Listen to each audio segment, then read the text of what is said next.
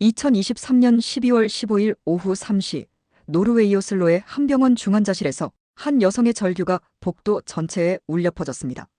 42세의 안나 크리스텐센, 노르웨이 최대 IT 기업 노르딕테크의 여성 CEO였던 그녀는 이 순간만큼은 그 어떤 권력도 연봉 12억 원도 아무 소용이 없었습니다.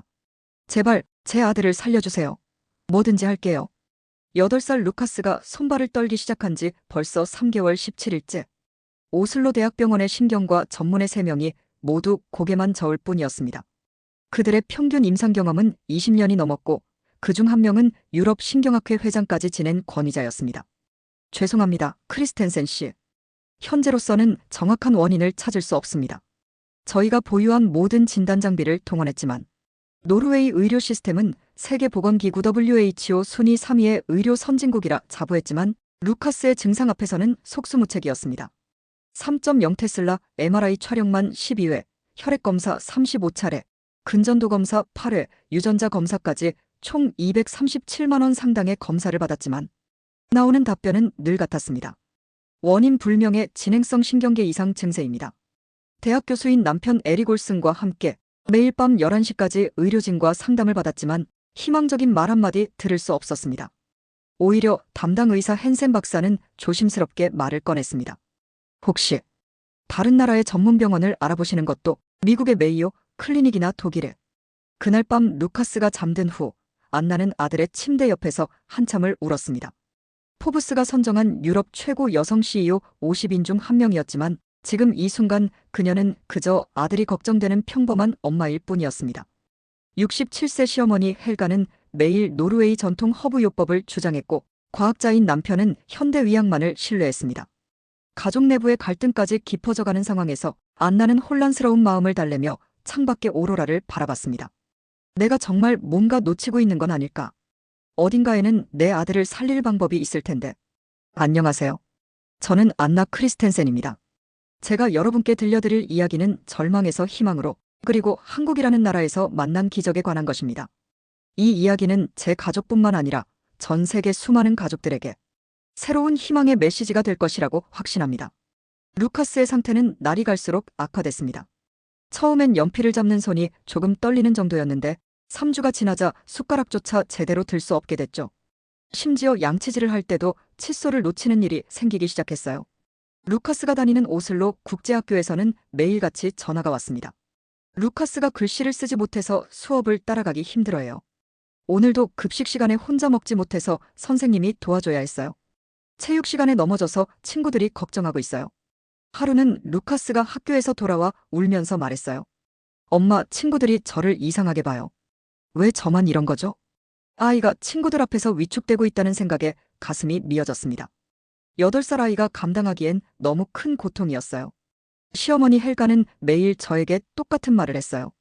안나, 우리 조상들이 쓰던 허브요법을 써보면 어떨까? 노르웨이 전통 치료법도 있고 1200년 전부터 내려오는 비법이야. 현대의학만 맹신하지 말고 자연의 힘을 믿어봐. 하지만 남편 에릭은 정반대 생각이었죠. 어머니, 21세기에 무슨 미신을 믿으세요? 과학적 근거가 있는 치료만이 답입니다. 통계적으로 전통의학의 효과는 플라시보 효과에 불과해요. 가족회의는 매번 언성이 높아졌고 루카스는 그런 분위기를 눈치채며 더욱 위축되어 갔어요. 한 번은 루카스가 조용히 말했어요. 할머니, 아빠, 저 때문에 싸우지 마세요. 오슬로 대학병원 신경과에서는 3개월째 같은 말만 반복했습니다. 조금 더 지켜봅시다. 성장통일 수도 있고 일시적인 스트레스 반응일 가능성도 있으니까요. 아직 뇌 발달이 완료되지 않은 나이라서 정확한 진단이 어렵습니다. 하지만 저는 모성 본능으로 알고 있었어요. 이게 단순한 성장통이 아니라는 걸, 아이의 상태가 점점 나빠지고 있다는 걸. 그때 제 절친한 친구 마리아 안데르센이 독일 뮌헨의 막스 플랑크 연구소를 추천해줬어요. 안나, 거기는 유럽 최고의 신경과학 연구기관이야. 노벨상 수상자만 3명이 근무하고 있어. 한번 가볼만 하지 않을까? 저희는 즉시 독일행 비행기표를 예약했습니다. 1인당 67만 원씩 총 268만 원을 지불하고 뮌헨으로 향했어요. 뮌헨 대학병원의 신경과는 독일 내에서도 1위로 평가받는 곳이었죠. 독일 의료진은 노르웨이보다 훨씬 체계적으로 접근했어요. 크리스텐센 씨, 저희가 유전자 염기서열 분석을 해보겠습니다. 전체 게놈 분석까지 포함해서 시간은 2주 정도 걸립니다. 또한 뇌척수액 검사도 병행하겠습니다. 2주 동안 미넨에 머물며 기다렸지만 결과는 여전히 실망스러웠어요. 책임 교수인 요하네스 밀러 박사가 저희를 불러 말했어요. 희귀한 신경근 질환의 가능성이 있습니다만 확실한 진단명을 내리기는 어렵습니다. 현재 독일에서 보유한 치료법으로는 한계가 있어 보입니다. 그 순간 절망감이 몰려왔어요. 유럽 최고라는 독일 의학도 노르웨이와 다르지 않았거든요. 독일에서도 명확한 답을 찾지 못한 저희는 스위스 취리히로 향했습니다. 취리히 대학병원은 세계 의료 순위 5위 안에 드는 곳이었고 특히 신경과학 분야에서는 유럽 내 1위를 자랑하는 곳이었죠. 취리히행 비행편만 1인당 45만 원, 호텔비 하루에 32만 원. 경제적 부담도 만만치 않았지만 아들을 위해서라면 뭐든 할 각오였어요. 스위스 의료진은 더욱 정밀한 검사를 시행했어요. 3.0 테슬라 MRI 촬영만 18번, 근전도 검사 12회, 척수액 검사 3회. 루카스는 그 많은 검사를 견뎌내며 용감하게 버텼어요. 엄마, 저 아픈 거 아니에요. 걱정 마세요. 저 이제 주사도 안 무서워요. 아이의 그런 말에 눈물이 났지만 루카스 앞에서는 꼭 참아야 했죠. 3주 후 스위스 의료진의 진단 결과가 나왔습니다. 신경과학 과장 프란츠 짐머만 교수가 직접 설명해줬어요. 루카스에게는 희귀 신경근 위축증이 있는 것으로 보입니다. 척수성 근위축증과 유사한 패턴을 보이지만 완전히 일치하지는 않습니다.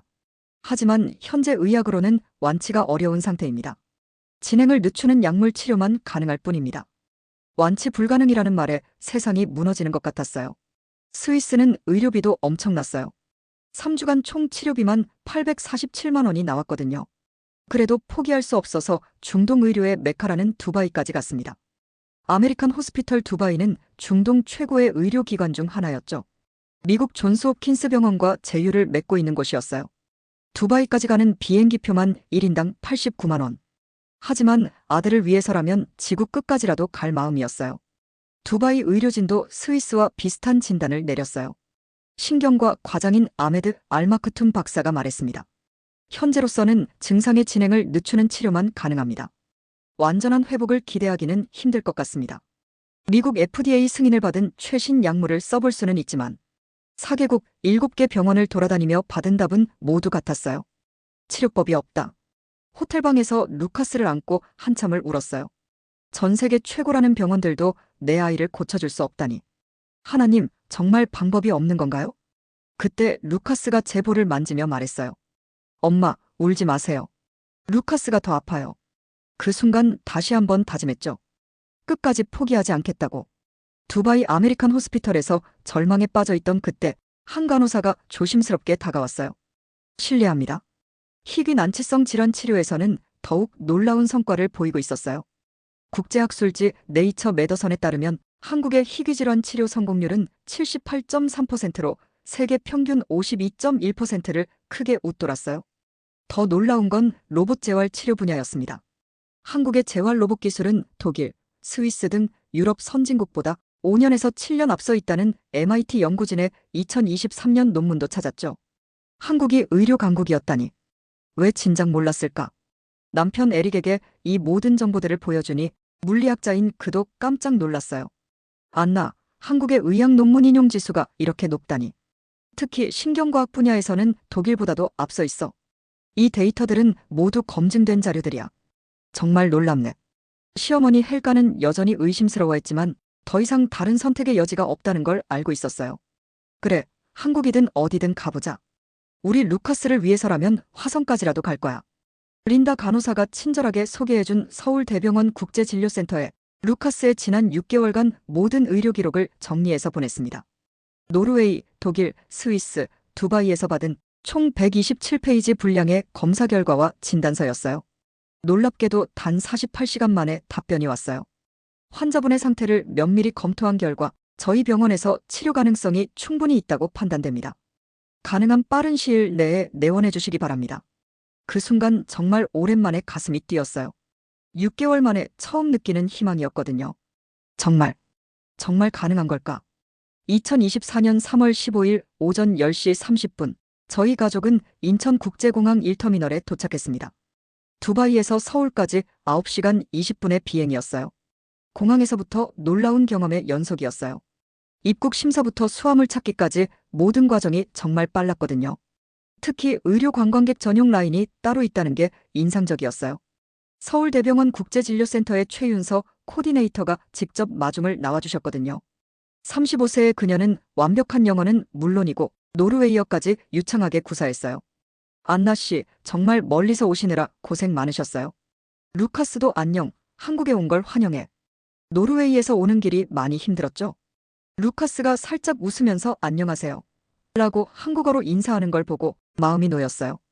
아이도 한국에 대한 첫인상이 좋은 것 같았거든요. 공항에서 병원까지 가는 길에 최 코디네이터가 상세하게 설명해줬어요. 서울대병원은 아시아 최고의 의료기관 중 하나입니다. 1907년 개원해서 117년의 역사를 자랑하고요.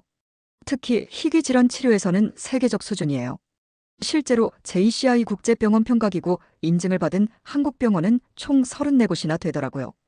이는 일본의 26곳, 싱가포르의 18곳보다 훨씬 많은 수치였어요. 인구 대비로 따지면 세계 최고 수준이죠. 한국에는 매년 50만 명의 외국인 환자가 치료받으러 와요. 그중 60%가 완치 또는 현저한 호전을 보이고 있어요. 서울대병원에 도착하니 규모와 시설에 또 한 번 놀랐습니다. 총 부지 면적 16만 8천, 1900개 병상 규모의 거대한 의료 복합체였어요. 유럽의 어떤 병원보다도 큰 규모였죠. 시어머니 헬가는 처음엔 한국 음식과 문화에 적응하기 어려워했죠. 안나, 이 김치라는 게 너무 매워. 정말 여기서 치료받는 게 맞는 거야. 언어도 통하지 않고 문화도 너무 달라. 하지만 병원 내부를 차근차근 둘러보고는 생각이 완전히 바뀌었어요. 로비에 설치된 대형 스크린에는 실시간으로 각국 언어로 병원 안내가 나오고 있었거든요. 최첨단 의료 장비들이 한눈에 보였어요. 특히 MRI실에 설치된 7테슬라 MRI는 전 세계에서 15대밖에 없는 최신 장비였어요.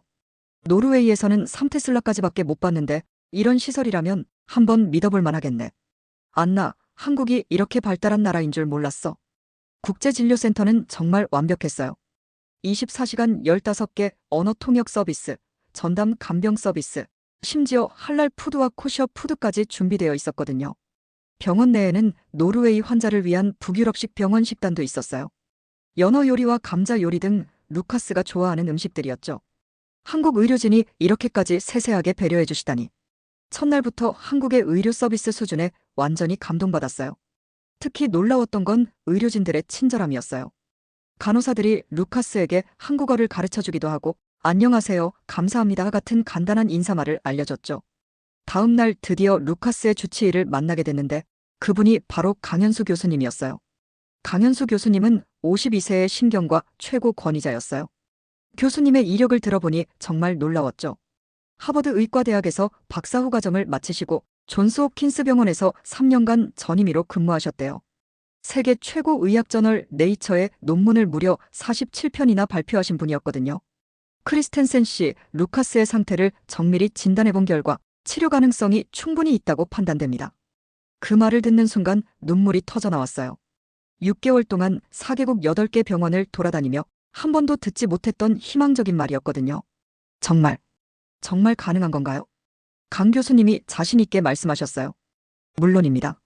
저희는 이미 비슷한 사례를 127건 치료한 경험이 있어요. 그중 89%가 완치되거나 현저한 호전을 보였습니다.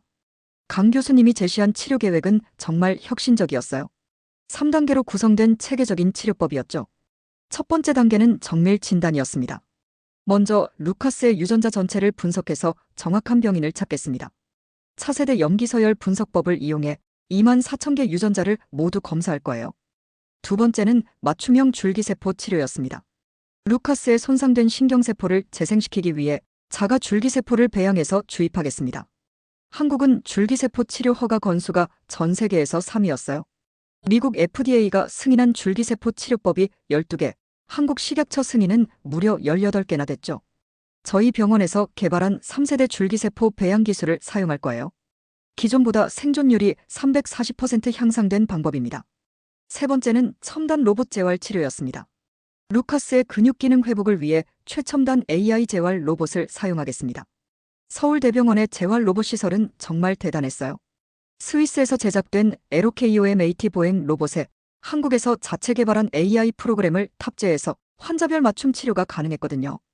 이 로봇은 환자의 보행 패턴을 실시간으로 분석해서 최적의 재활 프로그램을 제공해요. 루카스의 경우 하루 2시간씩 주 5회 진행할 예정입니다. 네 번째는 맞춤형 약물 요법이었습니다. 한국에서 독자 개발한 신경재생 보조제를 사용하겠습니다. 뉴로리젠케이라는 약물인데 미국 FDA 이상 임상시험을 통과했어요. 이 약물은 한국의 바이오벤처에서 7년간 연구 개발한 것으로 손상된 신경세포의 재생을 30% 이상 촉진시킨다고 했어요. 치료 과정은 정말 체계적이었어요. 먼저 루카스의 유전자 분석에만 2주가 걸렸어요. 그 결과를 바탕으로 개인별 맞춤 치료 계획을 세우고 줄기세포 배양에는 추가로 3주가 필요했어요. 루카스의 유전자 분석 결과가 나왔습니다. SCN1A 유전자에 미세한 변이가 발견됐어요. 이는 기존 검사로는 찾아내기 어려운 부분이었습니다. 강 교수님의 설명을 들으니 왜 다른 나라 병원에서 정확한 진단을 내리지 못했는지 이해가 됐어요. 루카스는 처음엔 주사를 맞는 것을 무서워했지만 간호사팀에서 VR 가상현실 게임을 이용한 재활치료 시스템을 도입해줘서 점점 즐거워하기 시작했어요. 엄마, 로봇이랑 같이 걷는 게 재미있어요. 게임하면서 치료받는 것 같아요. 한 달 차부터 작은 변화가 나타나기 시작했어요. 하루 평균 47번이던 손 떨림이 23번으로 줄어들었거든요. 의료진이 매일 정확하게 측정해서 기록하고 있었어요. 치료 시작 3개월 후 정말 놀라운 일이 일어났어요. 루카스가 연필을 잡고 자기 이름을 또박또박 썼거든요. 엄마, 봐요. 제가 글씨를 썼어요. 루카스 크리스텐센이라고 써봤어요. 그 순간 눈물이 쏟아졌어요. 6개월 동안 볼 수 없었던 기적 같은 광경이었거든요. 글씨가 조금 삐뚤삐뚤했지만 저에게는 세상에서 가장 아름다운 글씨였어요. 강 교수님이 의학적으로 설명해 주셨어요. 줄기세포가 손상된 신경세포 부위에 성공적으로 정착했습니다. 신경전도 검사 결과 정상치의 73%까지 회복됐어요. 3개월 전 34%였던 것을 고려하면 놀라운 발전입니다. 4개월 차에는 더 놀라운 변화가 있었어요. 루카스가 젓가락으로 밥을 먹기 시작한 거예요. 처음엔 서툴렀지만 점점 익숙해져 갔죠. 할머니, 봐요. 저 이제 젓가락 사용할 수 있어요. 한국 사람처럼요. 시어머니 헬가는 그 모습을 보고 눈물을 펑펑 흘렸어요. 안나, 우리가 한국에 오지 않았다면 루카스는. 한국 의료진분들이 정말 우리 가족의 은인이야. 5개월 차에는 정말 기적 같은 일이 일어났어요. 루카스가 보조기구 없이 혼자 걸을 수 있게 된 거예요. 병원 복도 끝에서 끝까지 총 47m를 걸었어요. 엄마, 아빠, 저 혼자 걸을 수 있어요. 친구들이랑 축구도 할 수 있을 것 같아요. 병원 복도를 걸어가는 루카스를 보며 온 가족이 울고 웃었어요. 다른 환자 가족들도 함께 박수를 쳐주셨어요. 치료 기간 동안 저희는 한국 문화도 깊이 있게 경험할 수 있었어요. 주말마다 서울 곳곳을 다니며 한국의 아름다움을 발견했죠. 경복궁에서 전통 궁중 문화를 체험했는데 루카스가 한복을 입고 왕자처럼 걸어다니는 모습이 정말 사랑스러웠어요. 가이드분이 한국 왕자님 같아요. 라고 하시니까 루카스가 얼마나 좋아하던지요. 한강공원에서는 치킨과 맥주를 먹으며 한국인들의 여유로운 일상을 체험했어요. 엄마, 한국 사람들은 정말 친절해요. 어디서든 저한테 웃어주세요. 남대문 시장에서 쇼핑할 때는 더욱 감동적이었어요. 상인 아주머니들이 루카스를 보고 어머, 이쁜 외국 아기네 하시며 사탕과 과자를 주시곤 했거든요. 특히 한떡집 할머니는 루카스가 아픈 아이라는 걸 아시고는 얘야, 이거 먹으면 더 건강해질 거야 라며 인삼이 들어간 특제 약식을 만들어주셨어요. 시어머니 헬가는 한국 전통시장의 매력에 완전히 빠졌어요. 김치, 고추장, 된장을 대량으로 사가며 말했어요. 한국은 정말 신비로운 나라야. 의료기술은 세계 최첨단이면서도 5,000년 전통문화를 이렇게 잘 보존하고 있어. 남편 에릭은 한국의 IT 기술과 디지털 헬스케어에 완전히 매료됐어요. 안나, 한국의 5G 기반 원격 의료 시스템 수준이 노르웨이보다 적어도 3년은 앞서 있어. 병원에서 사용하는 AI 진단 프로그램도 정말 놀라워. 루카스는 한국어도 조금씩 배워가며 간호사 선생님들과 간단한 대화를 나눴어요. 선생님, 감사합니다. 오늘 기분 좋아요. 6개월간의 한국 생활은 저희 가족 모두에게 인생관을 바꿔놓는 경험이었어요. 단순히 치료를 받으러 온 게 아니라 새로운 문화와 따뜻한 사람들을 만나는 소중한 시간이었거든요. 치료 6개월 후인 2024년 9월 15일, 드디어 마지막 종합검진 날이 왔어요. 강현수 교수님이 최종 결과를 발표해 주셨죠. 루카스의 신경근 기능이 정상 대비 94%까지 회복되었습니다. 병의 진행은 완전히 멈춘 상태이고 재발 가능성도 5% 미만으로 낮습니다. 그 순간 정말 꿈만 같았어요. 8개월 전만 해도 완치 불가능이라는 말만 들었는데 이제 루카스가 정상적인 학교 생활을 할 수 있다니. 앞으로 1년간 3개월마다 한 번씩 경과 관찰을 하시면 됩니다. 일상생활에는 전혀 지장이 없을 것 같습니다. 루카스는 강 교수님에게 달려가 꼭 안겼어요. 교수님, 정말 감사해요. 이제 저 친구들과 축구하고 농구도 할 수 있어요. 한국어로도 감사합니다. 사랑해요. 그 모습을 보던 강 교수님도 눈시울이 붉어지셨어요. 루카스가 건강하게 회복된 모습을 보니 의사로서 정말 큰 보람을 느낍니다. 치료비 정산을 할 때도 놀라웠어요. 6개월간의 모든 치료비가 총 6,780만 원이었는데 이는 스위스에서 3주 치료받은 847만 원과 비교해도 효과 대비 비용이 훨씬 합리적이었어요. 귀국 전날 서울대병원에서 작은 환송회를 열어주셨어요. 그동안 루카스를 돌봐주신 의료진 20여 분이 모두 오셨죠. 간병사 김영숙 씨는 루카스에게 한국 전통 연애 건강하자라고 쓴 글귀를 선물해 주셨어요. 루카스야, 노르웨이 하늘에서도 높이 날려봐라. 최윤석 코디네이터는 루카스에게 태극기 배지를 달아주시며 말했어요. 루카스야, 한국을 절대 잊지 말고 건강하게 자라렴. 언제든지 한국이 그리우면 다시 놀러와. 인천공항에서 출국할 때 루카스가 한국어로 크게 외쳤어요. 한국 감사합니다. 사랑해요. 또 올게요. 노르웨이로 돌아간 후 저는 현지 언론사에 저희 가족의 이야기를 적극적으로 공개했어요. 노르웨이 최대 일간지 VG에서 일면 톱 기사로 다뤘고 한국 의료기술이 살린 노르웨이 소년이라는 제목으로 3일 연속 특집 기사가 나갔어요. TVE에서는 45분간 특집 다큐멘터리로 방송했어요. 시청률이 무려 23.7%를 기록했죠. 이 보도가 나간 후 반응이 폭발적이었어요. 비슷한 증상으로 고생하는 유럽 전역의 가족들이 저에게 연락을 해왔거든요. 제 딸도 루카스와 비슷한 증상이에요. 한국 병원 정보를 알려주세요. 한국 의료진과 어떻게 연락할 수 있나요? 치료비는 얼마나 들었나요? 그래서 2024년 12월 저는 노디코리어 호프 파운데이션을 정식으로 설립했어요. 북유럽 5개국 난치병 아동을 한국으로 보내는 의료 지원 프로젝트를 시작한 거죠. 노르웨이 정부에서도 공식적으로 지원을 약속했어요. 보건복지부 장관이 직접 한국과의 의료 협력을 적극 확대하겠다고 발표했죠. 현재까지 총 23명의 아이들이 한국에서 치료를 받았고 그중 19명이 완치되거나 현저한 호전을 보였어요. 성공률이 무려 82.6%에 달해요. 작년에는 덴마크 외무부와 스웨덴 보건부에서도 한국과의 의료 협력 확대 방안을 논의하자고 연락이 왔어요. 유럽연합EU 차원에서도 한국 의료기술에 큰 관심을 보이고 있어요. 루카스는 지금 10살이 되어 또래 아이들보다도 더 활발하게 뛰어놀고 있어요. 축구팀에서는 주장을 맡고 있고 성적도 반에서 3등 안에 들어요.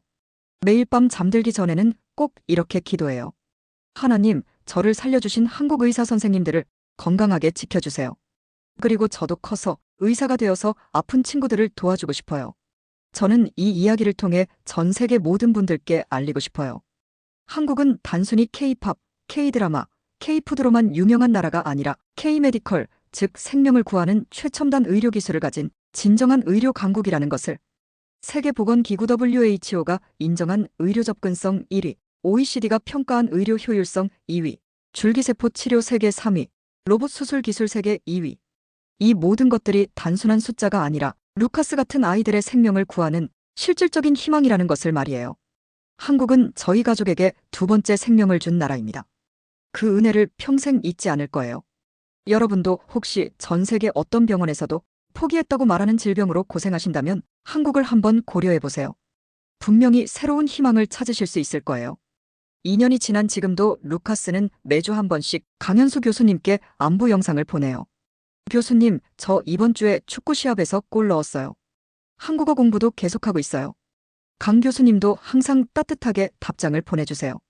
루카스야, 정말 자랑스럽다. 언제나 건강하고 행복하게 지내렴. 저는 확신합니다. 한국은 21세기 의료 분야의 진정한 리더가 될 것이라고. 그리고 전 세계 수많은 가족들이 저희처럼 한국에서 기적을 만날 것이라고. 감사합니다.